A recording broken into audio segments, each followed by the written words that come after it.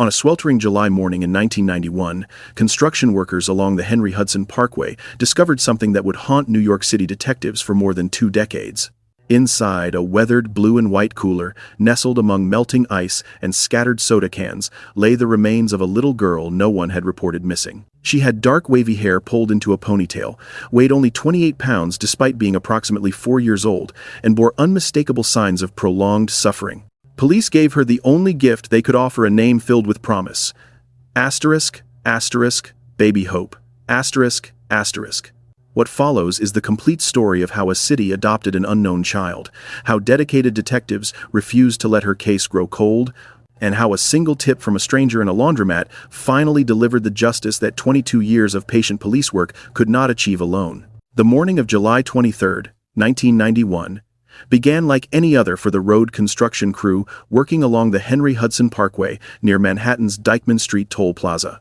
The scenic route hugging the western edge of Manhattan offered views of the Hudson River and the forested slopes of Inwood Hill Park. The area was bucolic, almost pastoral, one of the few remaining spots in the city where nature seemed to have held its ground against the concrete and steel pressing in from all sides. 3 workmen spotted the cooler first. It was an igloo-style picnic cooler, the kind families bring to beaches and barbecues, navy blue with white trim, unremarkable except for its location on the wooded embankment just off the parkway. Curiosity drew them closer. When they pushed the cooler to examine it, liquid spilled out what appeared to be melted ice mixed with the sticky residue of exploded Coca-Cola cans. Then came the smell. Detective Jerry Giorgio, one of the first investigators to arrive at the scene, would later describe the moment in an interview with DNA Info. "We got a call that workmen who were on the parkway doing construction saw this cooler and went down out of curiosity and, unfortunately, when they pushed it over some fluid, we think it was Coca-Cola cans in the cooler, ran out, and they then were hit with the odor of the baby decomposed." What the workers discovered inside that cooler would launch one of New York City's most heartbreaking and enduring cold cases. The child was naked, her small body folded in half and bound with both rope and Venetian blind cord, her hands pressed together as if in prayer. She had been wrapped in a garbage bag and wedged into the cooler, alongside several unopened Coca-Cola cans. The summer heat had done its work, the ice meant to preserve the body had melted, the carbonated drinks had exploded, and the child had been dead for approximately 5 days. The decomposition was severe. Her face was no longer recognizable, eliminating the possibility of immediate visual identification. But certain details remained clear. Dark, wavy hair, arranged in a ponytail, a small frame suggesting she was approximately 3 to 5 years old, and evidence of severe malnourishment that told investigators this child had suffered long before her final moments. The case landed on the desk of the 34th Precinct Detective Squad in Washington Heights, a unit already stretched beyond capacity. In 1991, the precinct was handling more than 120 homicides per year, an unimaginable caseload driven largely by the crack cocaine epidemic that had transformed Washington Heights into what the New York Times called the crack capital of America. Yet something about this case was different. The victim was a child, helpless and voiceless, abandoned twice, first in life by those who should have protected her, then in death by whoever had discarded her body like refuse along a highway embankment. Detective Jerry Giorgio became one of the lead investigators assigned to the case. A 20-year veteran of the NYPD by 1991, Giorgio had seen more than his share of violence and tragedy. But this case, he would later admit, took hold of him in a way no other had. The initial investigation faced an immediate and seemingly insurmountable obstacle. No one had reported the child missing. In most homicide cases involving children, frantic parents or relatives contact police within hours of a child's disappearance. The absence of such a report suggested something deeply troubling, that whoever was responsible for this child either didn't care that she was gone, was complicit in her death, or feared the authorities more than they feared losing her. Investigators worked multiple angles simultaneously.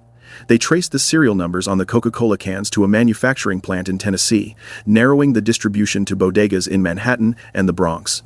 They canvassed local stores with photos of the cooler, hoping someone would remember selling it. They consulted with an anthropologist from the Smithsonian Institution who produced enhanced sketches showing what the child might have looked like in life. The autopsy, conducted by the Office of the Chief Medical Examiner, revealed devastating findings. The cause of death was asphyxiation smothering. The child showed signs of sexual abuse, and her weight of only 28 pounds indicated severe, prolonged malnourishment far below normal for a child her age. As Detective Giorgio would later tell reporters, She was better off dead, I'm sorry to say, because they were starving her. She was skeletal. In 6 more months she would have died. I mean, she was 28 pounds and 4 years old. That poor thing. Approximately 6 days after the discovery, a glimmer of hope emerged. 2 women called the precinct's tip line with information that seemed promising. They reported that on the previous Sunday, while traveling to a wedding, they had seen a well-dressed Hispanic man and woman walking north along the parkway near the toll booth, carrying a cooler between them. It was exactly the kind of lead investigators had been hoping for, eyewitnesses who might be able to provide descriptions detailed enough for a composite sketch. Detective Giorgio arranged for follow-up, eager to capture whatever details the women could provide. But when detectives attempted to schedule interviews, the women refused. They would not come in to help create a sketch. They would not provide their names. Before investigators could trace the call, they hung up. Giorgio would later describe this moment with palpable frustration. It was our best lead we ever had. But they refused to cooperate and help with a sketch, and hung up. The investigation had hit its first dead end, but it would not be the last. Over the following months, the NYPD tip line received approximately 400 calls regarding the unidentified child. Each one was documented, investigated, and ultimately dismissed. Among the callers were self-proclaimed psychics, claiming to have visions of the crime. There were grieving grandmothers, convinced the victim was their own missing grandchild. A young woman struggling with addiction insisted the girl was her niece. In the fall of 1991, investigators discovered suggestive photographs of a nude child in New Jersey that matched the victim's general description, a lead that consumed resources but ultimately proved unconnected. The investigation was hampered by technological limitations that would seem primitive by modern standards. DNA forensic identification existed in 1991, but the technology was in its infancy. The first criminal conviction based on DNA evidence had occurred in England only a few years earlier, and the techniques available required larger, better preserved samples than what investigators could extract from the decomposed remains. The hot summer sun had done more than just melt the ice in that cooler.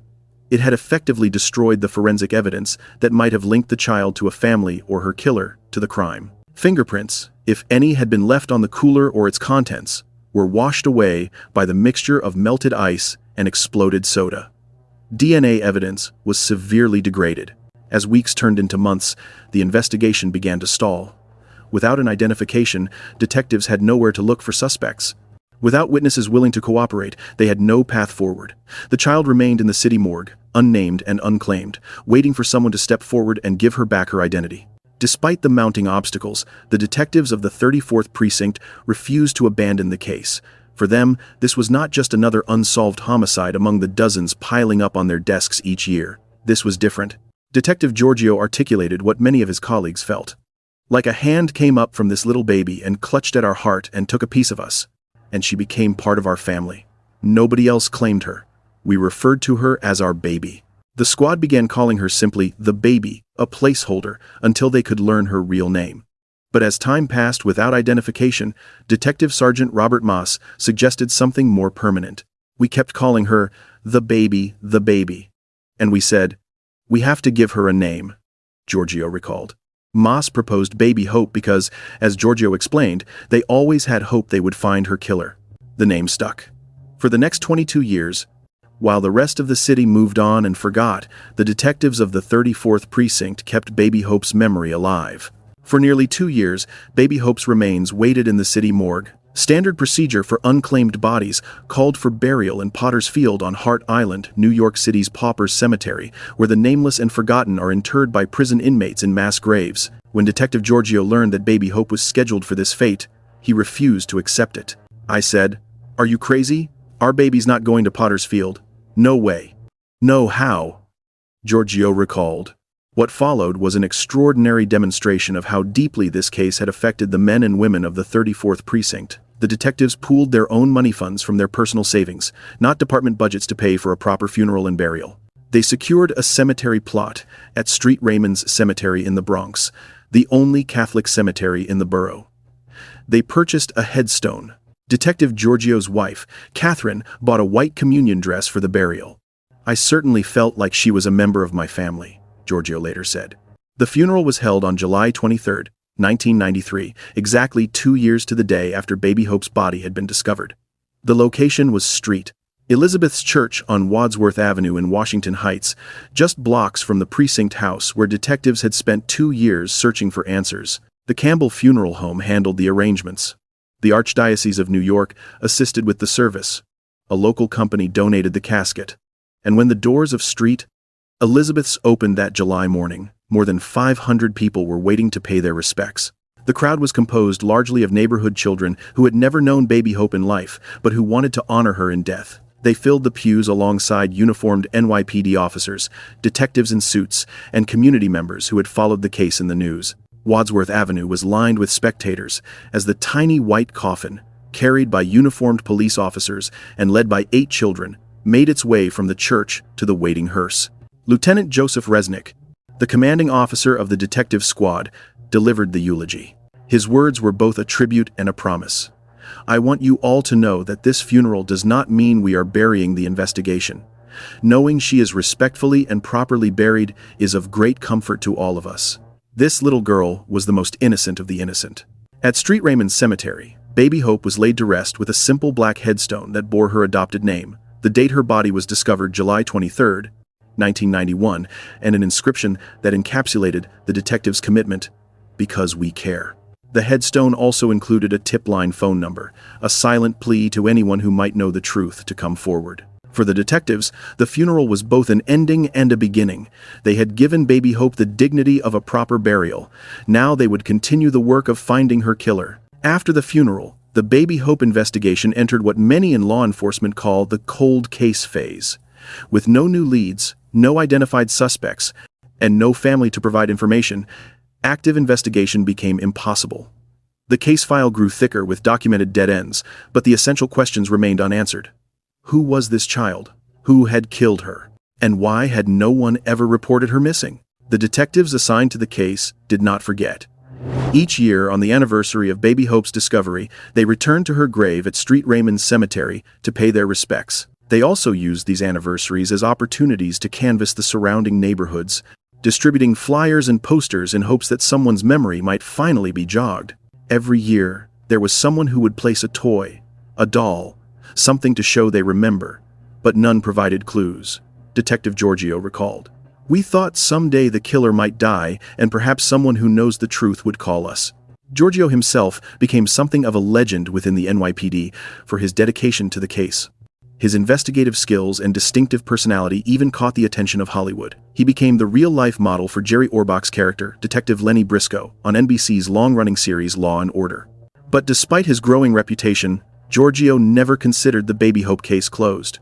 He visited her grave regularly, sometimes alone, sometimes with fellow detectives who had worked the original investigation. He kept her photograph in his office, and he never stopped hoping that someone, somewhere, would finally come forward with the truth. In 1996, the NYPD formalized its approach to unsolved homicides by establishing the Cold Case Squad. The unit was staffed with experienced detectives tasked with reviewing old cases in light of new evidence, improved forensic techniques, or fresh leads. Baby Hope's case was among those transferred to the new unit. For prosecutors like Assistant District Attorney Melissa Morges, who had been assigned to the case on the day Baby Hope's body was discovered in 1991, the creation of the Cold Case Squad offered new hope. By 2013, Morges had risen to become chief of the Manhattan District Attorney's Cold Case Unit, and Baby Hope's file still sat on her desk, awaiting resolution. The case had become personal for many within the criminal justice system. Detectives, prosecutors, and medical examiner staff who had worked the original investigation refused to let it fade into obscurity. They believed that somewhere, someone knew the truth about Baby Hope, and they were determined to find that person. The years between 1991 and 2013 witnessed revolutionary advances in DNA forensic technology. Techniques that had been impossible or unreliable when Baby Hope's body was discovered became standard investigative tools. The development of polymerase chain reaction technology allowed scientists to amplify tiny amounts of DNA into quantities sufficient for analysis. Short tandem repeat analysis made it possible to create detailed genetic profiles from degraded samples. National databases like CODIS, the Combined DNA Index System, launched by the FBI in 1998, allowed investigators to compare DNA evidence across jurisdictions and identify potential matches with relatives of unknown persons. These advances offered new possibilities for Baby Hope's case. In 2006, investigators made the difficult decision to exhume her remains in hopes of extracting a viable DNA sample. The results were disappointing. The body had been in the ground for 15 years, and decomposition had progressed too far for successful DNA extraction using the technology available at the time. 5 years later, in 2011, investigators tried again. This time, using improved techniques for extracting DNA from bone material, they succeeded in building a usable genetic profile. The DNA was entered into national databases, where it waited for a match, but identification remained elusive. Baby Hope's family, investigators would later learn, had deliberately avoided any contact with law enforcement or government systems. There were no matching profiles in CODIS. There were no relatives in the system whose DNA might trigger a familial match. The breakthrough, when it finally came, would require something the databases couldn't provide, a human source willing to break the wall of silence that had surrounded Baby Hope's identity for more than 2 decades. In July of 2013, the NYPD launched an unprecedented publicity campaign around the Baby Hope case. The 22nd anniversary of the discovery was approaching, and investigators believed that a coordinated media push might finally generate the lead they needed. The effort brought together multiple NYPD divisions: the Cold Case Squad, the Real-Time Crime Center, the Intelligence Division's Special Victims Unit, and the Legal Bureau, along with the Manhattan District Attorney's Cold Case Unit, led by Melissa Morges. Together, they developed a comprehensive outreach strategy designed to blanket Washington Heights and surrounding neighborhoods with information about Baby Hope. Detectives distributed thousands of flyers and posters bearing forensic reconstructions of Baby Hope's face, photographs of the cooler in which she was found, and a phone number for the Crime Stoppers tip line. They went door to door in the Inwood and Washington Heights neighborhoods, speaking with residents and asking anyone with information to come forward. Most importantly, they announced a $12,000 reward for information leading to an arrest and conviction. The reward represented a significant increase over previous offerings and was designed to provide financial incentive for anyone who might be holding back crucial information. Commissioner Ray Kelly and other NYPD leaders emphasized the department's continued commitment to solving the case. "For me, it makes you proud to be a member of this organization. They were unrelenting," Kelly would later say of the detectives who had kept Baby Hope's memory alive for more than 2 decades. The 2013 anniversary push came at a bittersweet moment for Detective Jerry Giorgio. After 53 years in law enforcement, 38 with the NYPD and 15 with the Manhattan District Attorney's Office, Giorgio was finally forced to retire due to health problems. A kidney transplant earlier that summer had ended his career at age 79. For the first time in 22 years, Giorgio was unable to visit Baby Hope's grave on the anniversary of her discovery. The tradition he had maintained through decades of frustration and disappointment was broken by the same body that had carried him through countless investigations. "I missed the tipster call by a couple of weeks, damn it," Giorgio would later say when asked about the timing. But the work he had done, the relationships he had built, the attention he had drawn to the case, the culture of dedication he had fostered among his colleagues, was about to pay off in ways he could never have anticipated. The tip that broke the Baby Hope case came from the most unlikely of sources: a woman who had overheard a conversation in a Washington Heights laundromat approximately 2 years earlier. According to statements made by investigators, the woman, whose identity has never been publicly revealed, heard another woman in the laundromat mention that her sister had died and might have been killed years ago. The comment lodged in the witness's memory, but she had no way of knowing that it connected to a case that had haunted the city for 2 decades. Then came the July 2013 publicity blitz. Suddenly, Baby Hope's face was everywhere, on posters, on flyers, on television news broadcasts. The $12,000 reward was prominently advertised, and for the woman in the laundromat, something clicked. The very next day, after the anniversary canvass, she called the Crime Stoppers tip line. What she provided, according to Detective Elena Donnell, was remarkably specific. She gave specific family members where to look: ethnicity, origin, approximate dates of birth, and she turned out to be right. The woman from the laundromat, the one who had mentioned her sister's death, was about to become the key to unraveling a mystery that had defied solution for 22 years. Armed with the tipster's information, investigators began tracing the family connections she had described. The woman from the laundromat was located and interviewed. She turned out to be Baby Hope's adult sister, a woman named Lorena, who had not even known of her younger sister's existence until she was 11 years old. Lorena's story was heartbreaking. She had been told years earlier that she had a sister who had been abducted by their father and taken to Mexico. She had no reason to connect this missing sister to the unidentified child known as Baby Hope. But when she saw the forensic reconstructions on television during the 2013 media push, something stirred in her. "When I saw the news about baby Hope on Tuesday, I got this feeling in my stomach," Lorena told the New York Post. "I felt something like, could it be my sister? I was just crying because it was so horrible." Lorena led investigators to her mother, Margarita Castillo, who was living in Elmhurst, Queens. The detectives needed to confirm the connection through DNA, but they proceeded carefully. They obtained a sample of Margarita's DNA by analyzing saliva residue on a licked envelope she had sealed, a technique that avoided the need for a direct confrontation before investigators were certain of their ground. The DNA was compared to the profile that had been extracted from baby Hope's exhumed remains in 2011. The results came back quickly. On October 8, 2013, Police Commissioner Ray Kelly made an announcement. "We have been able to identify the mother of baby Hope. A DNA match was made with the mother, and the mother is cooperating." Baby Hope finally had a name, Anjelica Castillo, born April 24, 1987, at Elmhurst Hospital in Queens. She had died approximately July 18, 1991, just months after her 4th birthday. The identification answered the question that had haunted investigators for more than 2 decades, but it immediately raised new ones. Why had no one reported Anjelica missing? Where was her father? And most urgently, who had killed her? The answers would emerge over the following days, as investigators built what they called a sprawling family tree, connecting relatives in New York and Mexico. What they discovered was a tragedy born of poverty, immigration fears, family dysfunction, and a culture of silence that had allowed a child's murder to go unreported for 22 years. Anjelica Castillo was born into a family that straddled 2 worlds.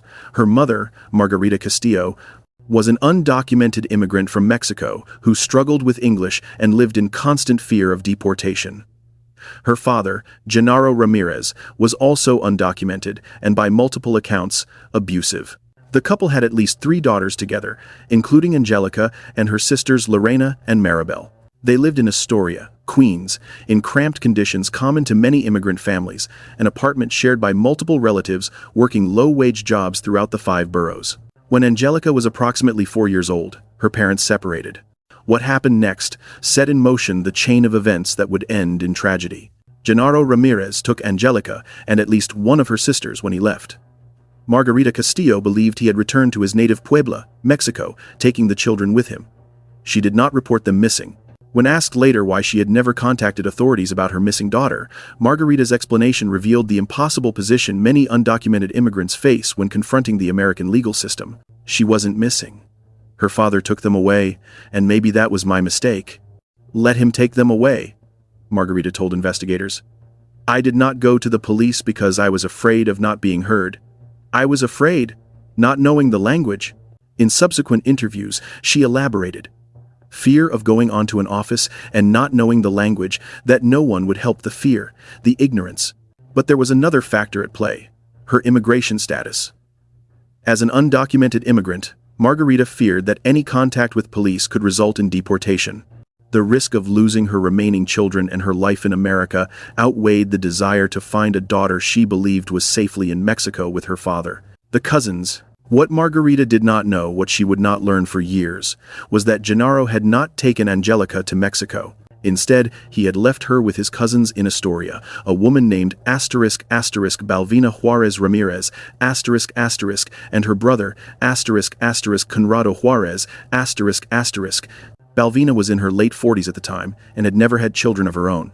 She worked at a lamp factory and lived in an apartment that served as a hub for undocumented family members passing through New York. According to later accounts, the apartment housed as many as 7 relatives at various times. Anjelica and her sister were left in this environment by their father, who then disappeared. He never returned for his daughters. Whether he ever learned what happened to Anjelica remains unknown. Investigators were never able to locate him, and he is believed to still reside somewhere in Mexico. The conditions in Balvina's home were harsh. According to statements made later by Conrado Juarez, when the children misbehaved, Balvina would tie them to chairs or smack them.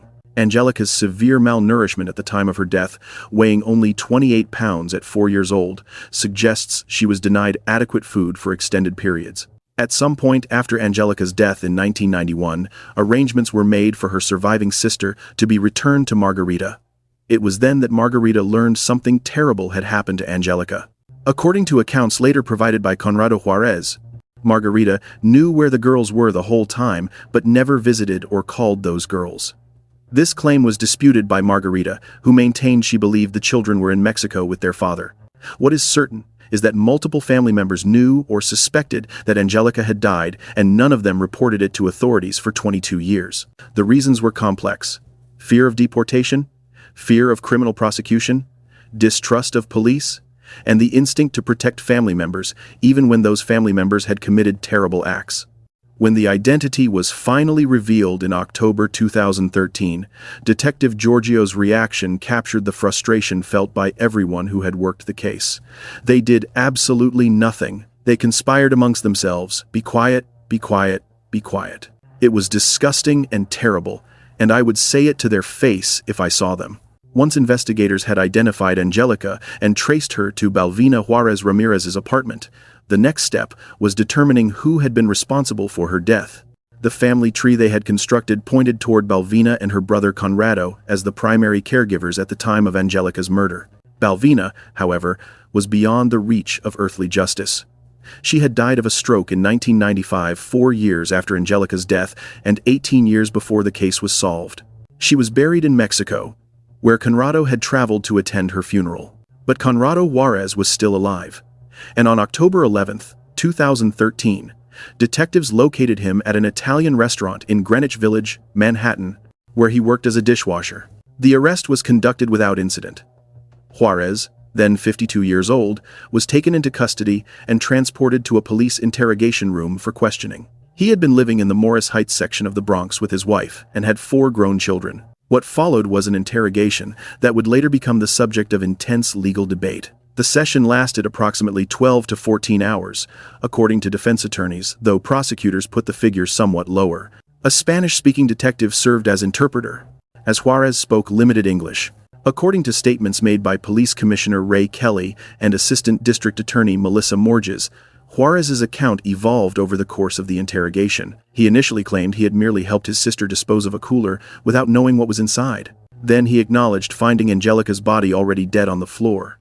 Then he admitted to inappropriate contact with the child, but denied being responsible for her death. Finally, in the early morning hours of October 12th, Juarez made a full confession. Commissioner Kelly announced the breakthrough at a press conference.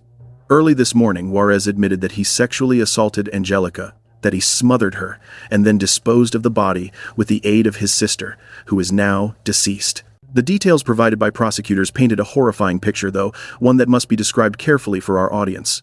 According to the confession, Juarez had come to Balvina's Astoria apartment while intoxicated. He saw Anjelica in the hallway. When the child began to cry out, he smothered her with a pillow. When the child stopped moving, Juarez summoned his sister from another room. Balvina, according to the confession, told him to dispose of the body and provided the cooler. Together, they folded the small body, bound it, placed it in a garbage bag inside the cooler, and covered it with soda cans. The siblings then hailed a livery cab and traveled from Queens to the wooded area along the Henry Hudson Parkway in Upper Manhattan. They left the cooler on the embankment, returned home separately, and according to the confession, never spoke of what they had done. Prosecutors noted that Juarez said something about how she died that only the person who did it would know. On October 12, 2013, a Saturday, Conrado Juarez was arraigned in Manhattan Criminal Court on charges of second-degree murder. He pleaded not guilty and was remanded to custody without bail. The courtroom was packed with media and members of the public who had followed the Baby Hope case over the years. Assistant District Attorney Melissa Morges, who had been assigned to the case on the day Anjelica's body was discovered more than 22 years earlier, presented the prosecution's case at the arraignment. For Morges, the moment represented a career-spanning commitment to justice for an unknown child. "Cold cases are not forgotten cases," said Manhattan District Attorney Cyrus Vance Jr. Today's arrest of the man charged with killing Anjelica in 1991 is an extraordinary example of police work. For Jerry Giorgio, the news of the arrest came just weeks after his forced retirement due to health problems. He had spent 22 years of his career working the Baby Hope case, and he had missed the crucial tipster call by a matter of days. But the frustration of that near miss was overwhelmed by the satisfaction of finally seeing the case solved. You know the expression, "I'm on cloud 9"? Well, that's where I am right now, Giorgio told reporters. "I'm ecstatic when we got the tip. I can't tell you how happy I am. Now she can really rest in peace." Giorgio expressed surprise at the killer's identity. Throughout his investigation, he had assumed that Anjelica's parents were responsible for her death. The connection to a distant cousin had never occurred to him. The killer's identity was out of the blue, Giorgio admitted. I was certain the killer was Anjelica's mother, father, or both. When asked about his feelings towards Juarez, Giorgio was blunt. I hope he's miserable every day of his life. Margarita Castillo faced a storm of criticism after the identification was announced. Many observers could not understand how a mother could fail to report a child missing for more than 2 decades. Speaking through the door of her Queen's apartment in Spanish, still unwilling to show her face, Margarita offered a glimpse of her devastation. We are never going to have peace. We are just waiting for justice. You can't even describe a punishment. You won't understand the pain. She also expressed gratitude for those who had never forgotten her daughter. I want to thank the people who are praying for my daughter.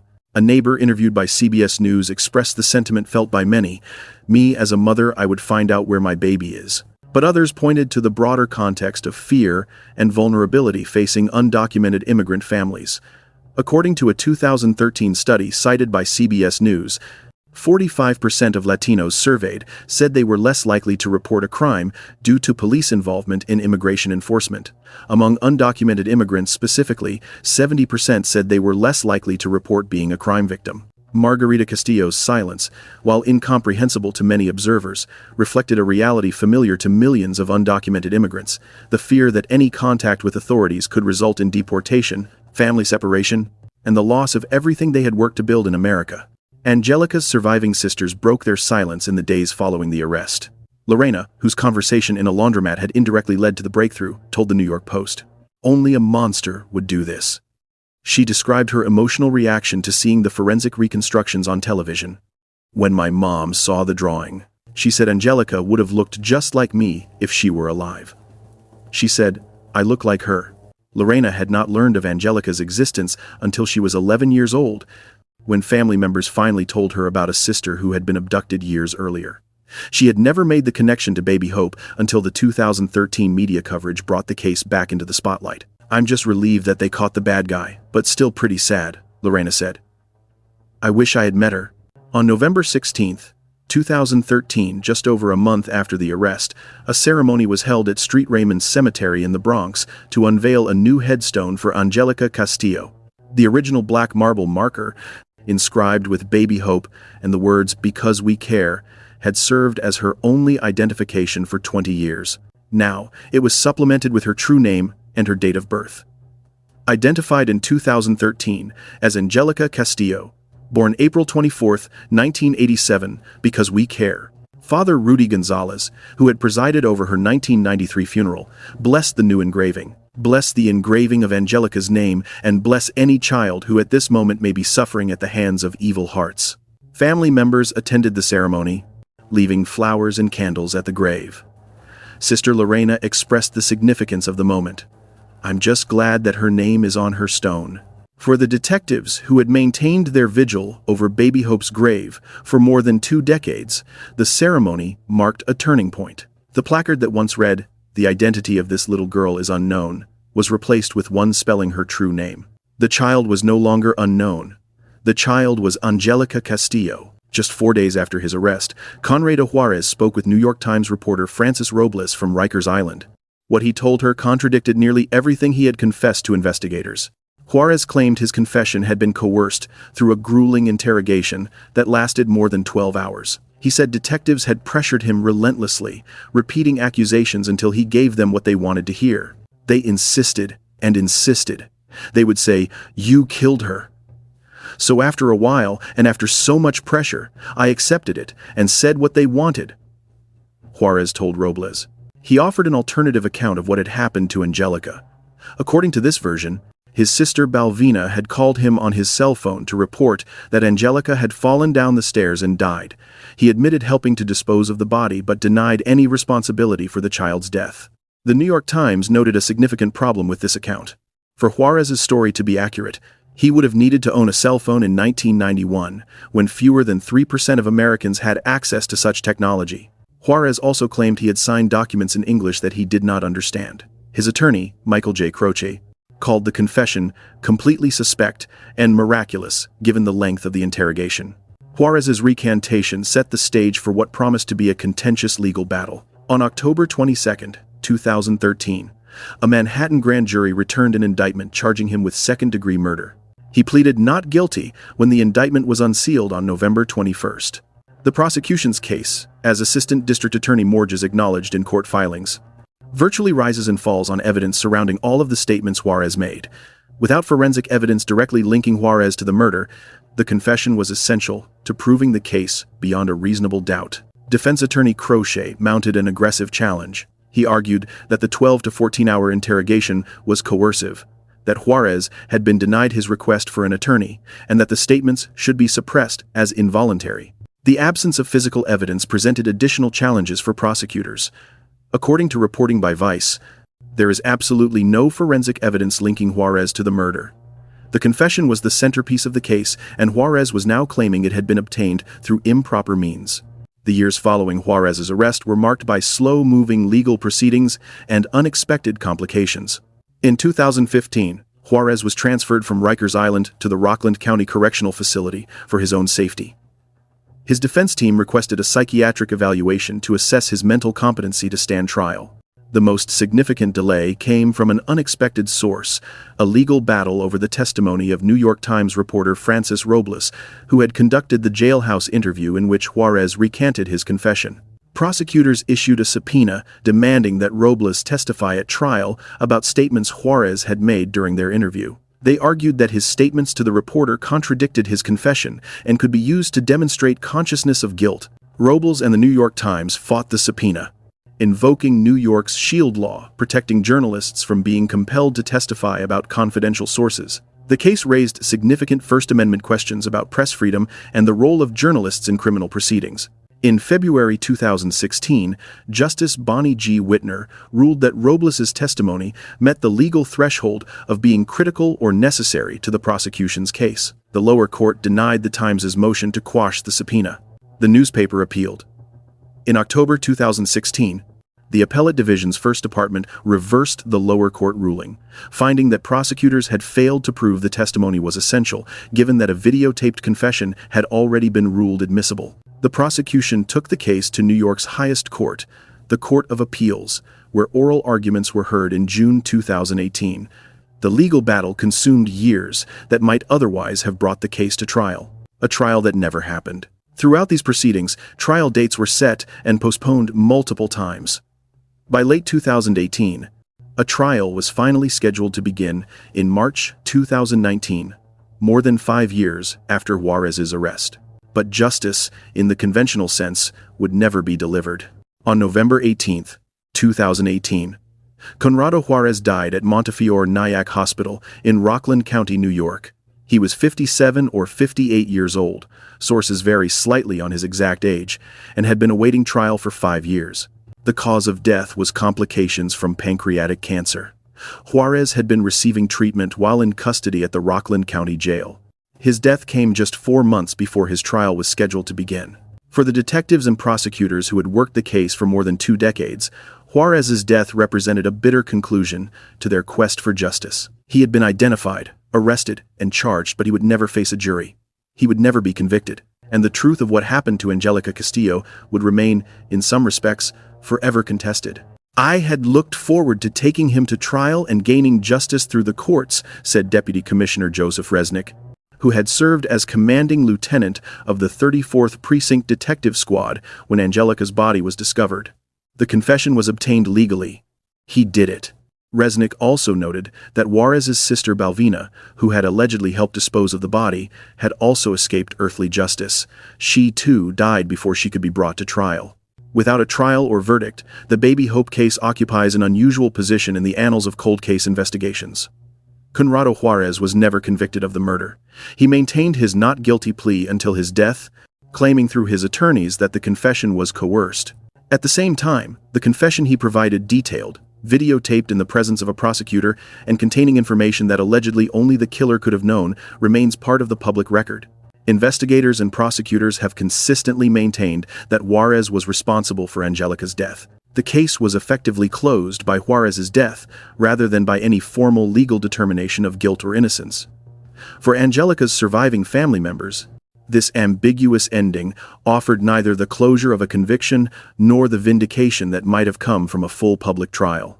Detective Jerry Giorgio, who had worked the Baby Hope case from its first day until his retirement in 2013, did not live to see even the incomplete resolution that Juarez's death provided. Giorgio passed away on September 28, 2018, less than 2 months before Juarez died in custody. He was 84 years old. His career had spanned 55 years in law enforcement, 38 years with the NYPD, where he rose to the rank of first-grade detective, and 15 years with the Manhattan District Attorney's Office Cold Case Unit. He had worked some of New York's most notorious cases, including the murder at the Met case in 1980. His investigative style and personality had inspired Jerry Orbach's portrayal of Detective Lenny Briscoe on Law and Order. But Baby Hope remained the case that defined him.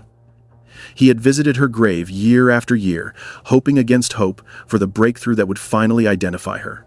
When that breakthrough came just weeks after his forced retirement, he celebrated from afar, grateful that the child he had championed for so long finally had a name. "Just getting her identified means a great deal," Giorgio said at the time. "This is absolutely one of the best days I've had in my career." His dedication to Baby Hope, the annual visits, the continued advocacy, the refusal to let the case be forgotten, stands as a testament to the personal commitment that drives the best cold case investigators. For Giorgio, Baby Hope was never just a file number or an unsolved case. She was our baby, a child adopted by the detectives who could not find her family but refused to abandon her to anonymity. Giorgio's approach to the Baby Hope case was not unique among the detectives who worked it. The 34th Precinct Squad, and later the Cold Case Squad, maintained an institutional commitment to Anjelica's memory that transcended individual investigators. When Assistant Chief Joseph Resnick, who had delivered the eulogy at Baby Hope's 1993 funeral, visited her grave after the identification, he replaced the placard reading, "The identity of this little girl is unknown," with one spelling her true name. It was a small gesture, but it symbolized the completion of a mission that had lasted more than 2 decades. "I think reflecting back on what we named this little girl, Baby Hope, I think it's the most accurate name we could have come up with," Resnick said. The optimism was always there, except the frustration would grow. He also reflected on what Anjelica's life might have become. "I'm sad. The fact that we have a dead little girl who should now be 26 years old, vibrant, working, perhaps bearing children herself." The Baby Hope case raises difficult questions about the barriers that prevent vulnerable populations from accessing the criminal justice system. Margarita Castillo's failure to report her daughter missing, incomprehensible to many observers, was rooted in a web of fears that affect millions of undocumented immigrants in America. When Margarita spoke with journalists after the identification, she explained her thinking in terms that illuminate the impossible choices facing those living in the shadows of the American legal system. "I didn't speak English. You feel dumb going to the police station and asking for a translator. I was intimidated. It's hard to explain. I felt ignorant about the process," she said. Beyond the language barrier, there was the ever-present fear of deportation. For undocumented families, any contact with authorities carries the risk of immigration enforcement, family separation, and the loss of the lives they have built in America. Studies consistently show that undocumented immigrants are far less likely to report crimes, even when they are the victims. The Baby Hope case occurred in the early 1990s, when public attention to immigration enforcement was increasing. Washington Heights, where Anjelica's body was discovered, had its own history of tension between immigrant communities and police. The 34th Precinct faced allegations of corruption and abuse that had eroded trust with the largely Dominican and Latin American population. None of this excuses the failure to report a missing child, but it helps explain how a family could remain silent for 22 years while a child lay in an unmarked grave. The culture of family protection. There was another factor at work: the instinct to protect family members, even those who have committed terrible acts. According to investigators, multiple relatives knew or suspected what had happened to Anjelica, yet none of them came forward for more than 2 decades. Some may have feared becoming implicated in the cover-up themselves. Others may have calculated that speaking out would destroy the fragile stability their families had achieved in America. The tipster who finally broke the case was not a family member. She was an anonymous neighbor who had overheard a conversation in a laundromat and remembered it years later when the anniversary publicity campaign brought Baby Hope back into the news. It took an outsider, someone with no family loyalty to protect, to finally penetrate the wall of silence that had allowed a child's murder to go unreported for a generation. The Baby Hope case serves as a case study in the evolution of forensic DNA technology over the past 3 decades. When Anjelica's body was discovered in 1991, DNA forensic identification was still in its infancy.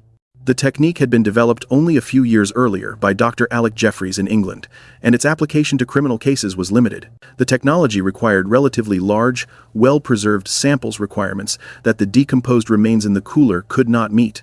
The summer heat that had melted the ice and caused the soda cans to explode had also accelerated decomposition and destroyed potential DNA evidence. Investigators were left with a body they could not identify, and a crime scene contaminated by the very conditions that had allowed the victim to be found.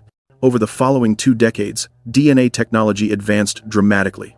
Polymerase chain reaction technology allowed scientists to amplify tiny amounts of DNA into quantities sufficient for analysis. Short tandem repeat analysis made it possible to create detailed genetic profiles from degraded samples. Mitochondrial DNA analysis provided an alternative approach for cases where nuclear DNA was too degraded to yield results. These advances made the 2011 exhumation possible. Using improved techniques for extracting DNA from bone material, investigators finally succeeded in building a usable genetic profile for Baby Hope 20 years after her death. But even the best forensic technology could not solve the case alone. Baby Hope's DNA profile was entered into national databases, where it could be compared against profiles of missing persons and their relatives. The problem was that her family had never entered the system. Anjelica Castillo and her relatives were undocumented immigrants who had deliberately avoided contact with law enforcement and government agencies. There were no missing persons reports filed on Anjelica.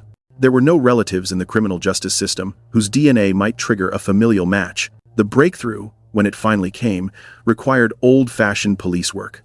A publicity campaign, a reward announcement, a tip from a citizen who remembered an overheard conversation. Technology provided the tools to confirm the identification once investigators had a lead, but generating that lead required the kind of community engagement and persistent advocacy that Detective Giorgio and his colleagues had maintained for more than 2 decades. The Henry Hudson Parkway, where Anjelica's body was discovered, runs along the western edge of Manhattan from the George Washington Bridge to Lower Manhattan. Near the Dyckman Street Toll Plaza, the highway passes through one of the few remaining green spaces in the city, a wooded area bordering Inwood Hill Park and overlooking the Hudson River. In 1991, this area was relatively secluded, despite its proximity to major highways and residential neighborhoods. The wooded embankment where the cooler was found provided cover for those seeking to dispose of unwanted items, including, tragically, the body of a child. The 34th Precinct, which responded to the discovery, served Washington Heights and Inwood neighborhoods, characterized at the time by high crime rates, large immigrant populations, and significant poverty. The crack cocaine epidemic had transformed Washington Heights into a major drug distribution center, earning it the sobriquet "crack capital of America" from the New York Times. Against this backdrop of violence and dysfunction, the discovery of a child's body in a cooler might have been just another tragedy in a neighborhood accustomed to tragedy. That it became something more, a case that touched the hearts of 500 funeral mourners and sustained the dedication of investigators for more than 2 decades, speaks to the particular horror of violence against children. Anjelica spent the final months of her life in Astoria, Queens, in an apartment shared by her father's relatives. Astoria, in the early 1990s, was an ethnically diverse neighborhood undergoing demographic transition. Italian, Greek, and Irish families, who had long dominated the area, were being joined by growing numbers of Latin American, South American, and Asian immigrants. The apartment where Anjelica lived with Balvina Juarez Ramirez was typical of immigrant housing arrangements, multiple relatives sharing cramped quarters, pooling resources, and providing informal childcare while adults worked various shifts throughout the 5 boroughs. It was into this environment that Anjelica's father deposited her, before disappearing, leaving her in the care of relatives who would prove unequal to the responsibility. Anjelica Castillo's final resting place is St. Raymond Cemetery in the Throgs Neck section of the Bronx, the only Catholic cemetery in the borough and one of the busiest in the country, conducting nearly 2,500 burials annually. Her grave is located in the Street Mark section, and her headstone, paid for by the detectives of the 34th Precinct, bears both the name given to her by police and the name finally restored to her after 22 years. Baby Hope, identified in 2013 as Anjelica Castillo. The inscription, "Because We Care," serves as a permanent reminder of the detectives who refused to let her become just another forgotten victim, and as an implicit reproach to the family members who allowed her death to remain a secret for so long. The evidence presented by medical examiners and investigators painted a picture of prolonged suffering that preceded Anjelica's death. At 4 years old, she weighed only 28 pounds, severely underweight for her age, and indicative of chronic malnutrition. Detective Giorgio described her condition in stark terms. She was skeletal. In 6 more months, she would have died. I mean, she was 28 pounds and 4 years old. Beyond the malnutrition, there were signs that Anjelica had been physically restrained during her time in Balvina's care. According to statements made during the investigation, the children in the household were sometimes tied to chairs when they misbehaved. The condition of Anjelica's body, when discovered bound with rope and Venetian blind cord, folded in half, hidden inside a cooler, suggested that those responsible for her death had experienced restraining children. Conrado Juarez's confession placed primary responsibility on himself, with his sister Balvina serving as an accomplice in disposing of the body. But his subsequent recantation raised questions about whether the full truth ever emerged. In his jailhouse interview with the New York Times, Juarez claimed that Balvina had called him to report that Anjelica had fallen down the stairs and died. This account, if true, would shift responsibility for the death itself to Balvina, leaving Juarez guilty only of helping to cover up what might have been an accident. Investigators and prosecutors rejected this version of events. They noted that the confession had been videotaped in the presence of a prosecutor, and that Juarez had provided details that only the person who did it would know. But with Balvina dead since 1995 and Juarez having died before trial, the opportunity to definitively establish what happened in that Astoria apartment was lost forever. The truth of Anjelica's final moments remains known only to those who were present, all of whom are now deceased. The funeral held for Baby Hope on July 23, 1993, was an extraordinary demonstration of community solidarity with an unknown child. More than 500 people, most of them neighborhood children and NYPD personnel, packed Street Elizabeth's Church in Washington Heights to pay their respects. The scene was remarkable. A tiny white coffin carried by uniformed police officers, led by 8 children marching down Wadsworth Avenue, which was lined with spectators. These were not family members or friends of the deceased. They were strangers who had been moved by the tragedy of a child found dead in a cooler, and by the determination of detectives who refused to let her be buried anonymously. For the children of Washington Heights, Baby Hope became a symbol of vulnerability and loss. For the adults who attended, she represented every child who had ever been failed by those responsible for their care. The funeral offered a rare moment of unity in a neighborhood often divided by the chaos and violence of the crack epidemic. The personal investment of NYPD personnel in Baby Hope's case was exceptional, even by the standards of an organization that takes pride in taking care of its own. Detectives paid out of pocket for the cemetery plot, the headstone, and funeral expenses. Detective Giorgio's wife purchased the communion dress in which Baby Hope was buried. Lieutenant Resnick delivered the eulogy. Officers served as pallbearers. This level of emotional investment was, in some ways, a double-edged sword. It sustained investigative efforts through 22 years of frustration and dead ends. But it also meant that every setback was felt personally by investigators who had come to regard Baby Hope as a member of their own families. When the case was finally solved, the relief and satisfaction among NYPD personnel was palpable. You know the expression, "I'm on cloud 9"? Well, that's where I am right now, Detective Giorgio said. For him and his colleagues, the identification of Anjelica Castillo was not just the resolution of a professional challenge, it was the fulfillment of a promise made to a child they had sworn to remember. The Baby Hope case benefited from sustained media attention that kept public awareness alive through 2 decades of investigative frustration. New York's major newspapers, The Times, The Daily News, The Post, covered significant developments and ran anniversary stories that reminded readers of the unsolved mystery. Local television stations provided coverage on the annual anniversaries, showing footage of the grave at Street Raymond Cemetery and interviews with detectives who continued to work the case. The combination of an innocent victim, dedicated investigators, and an ongoing mystery proved compelling to news organizations looking for stories with emotional resonance. This media attention served practical purposes beyond simple awareness. Each anniversary story generated tips from viewers and readers who thought they might have relevant information. While most of these tips proved fruitless, the sustained publicity created the conditions for the eventual breakthrough. When the 2013 publicity blitz was launched, it built on 2 decades of news coverage that had kept Baby Hope's story in the collective memory of New York. The woman who called Crime Stoppers after overhearing the laundromat conversation may never have made the connection without the extensive media coverage that accompanied the anniversary. The Baby Hope case has been featured in various documentary and true crime formats since its resolution. The investigation discovery series, torn from the headlines, the New York Post reports, devoted an episode to the case, featuring interviews with retired detectives Jerry Giorgio and Tony Imperato, Police Commissioner Ray Kelly, and Deputy Commissioner Joseph Resnick. These documentary treatments have helped preserve the institutional memory of the case and introduce it to audiences who were not aware of it during its original investigation. They also provide a platform for the investigators who devoted years of their careers to solving Baby Hope's murder to share their experiences and reflect on the case's significance. The Anjelica Castillo case offers several important lessons for law enforcement, policymakers, and the public. It demonstrates the vital importance of sustained commitment to unsolved cases. Without the dedication of detectives like Jerry Giorgio, who visited Baby Hope's grave annually for more than 2 decades, the case might never have been solved. The establishment of specialized cold case units, equipped with resources and mandate to revisit old investigations, has proven essential to achieving justice in cases where initial efforts failed. The case illustrates both the power and limitations of forensic technology. DNA evidence ultimately confirmed Anjelica's identity, but only after investigators had developed leads through traditional police work. Technology is a tool, not a replacement for the painstaking community engagement and investigative persistence that generated the crucial tip.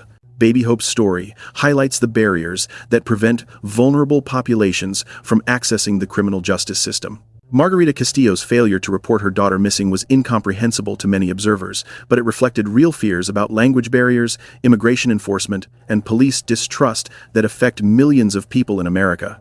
Addressing these barriers requires building trust between law enforcement and immigrant communities, a challenge that remains urgent today. The case demonstrates the importance of community engagement in solving crimes. The breakthrough came not from forensic databases or investigative techniques, but from a citizen who remembered an overheard conversation and felt empowered to share that information with police.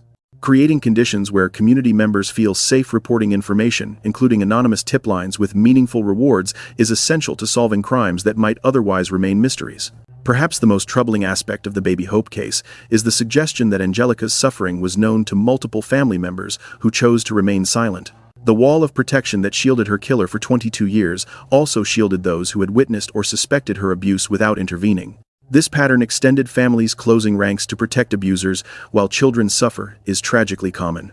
It represents one of the greatest challenges facing child protective services and law enforcement: how to penetrate the silence that surrounds abuse within families and communities. The Baby Hope case offers no easy answers to this challenge, but it does provide a reminder that silence has consequences, and that the failure to speak out on behalf of a suffering child can perpetuate cycles of abuse that claim victims for generations. At Street Raymond Cemetery in the Bronx, visitors can find a black marble headstone in the street mark section, range 40, grave 55. The inscription tells the story in its simplest form: Baby Hope, July 23, 1991, ***. Identified in 2013 as Anjelica Castillo, ***, born April 24, 1987, ***. Because we care. For 20 years, that grave held an unknown child mourned by strangers, remembered by detectives who visited annually, waiting for someone to claim her true identity. Now the grave holds Anjelica Castillo, daughter of Margarita and Gennaro, sister of Lorena and Maribel, victim of those who should have protected her, and ultimately, the adopted child of a police department that refused to let her be forgotten. The man charged with her murder died before he could face trial. His sister, who allegedly helped dispose of the body, died years before the case was solved. The father who abandoned Anjelica to her fate was never located. The mother who failed to report her missing has had to live with the consequences of her silence. Justice, in the conventional sense, was never fully achieved, but something was achieved. Anjelica Castillo has her name back. Her story has been told. And the detectives who promised to remember her kept that promise until their own deaths. If you have found this documentary valuable, please take a moment to like, comment, and subscribe to Cold Case Desk. Your engagement helps us continue producing detailed, respectful coverage of cases that deserve to be remembered. If you have information about any unsolved case, no matter how small or seemingly insignificant, please consider reaching out to local law enforcement or Crime Stoppers. The tip that solved the Baby Hope case came from a woman who overheard a conversation years earlier. You never know when something you've heard or seen might be the key to bringing justice to a victim and closure to a family. Most importantly, if you know of a child who is being abused or neglected, please speak up. Anjelica Castillo's death was preventable. The wall of silence that surrounded her suffering allowed her killer to escape justice for more than 2 decades. That silence begins to break when one person has the courage to say something. Be that person.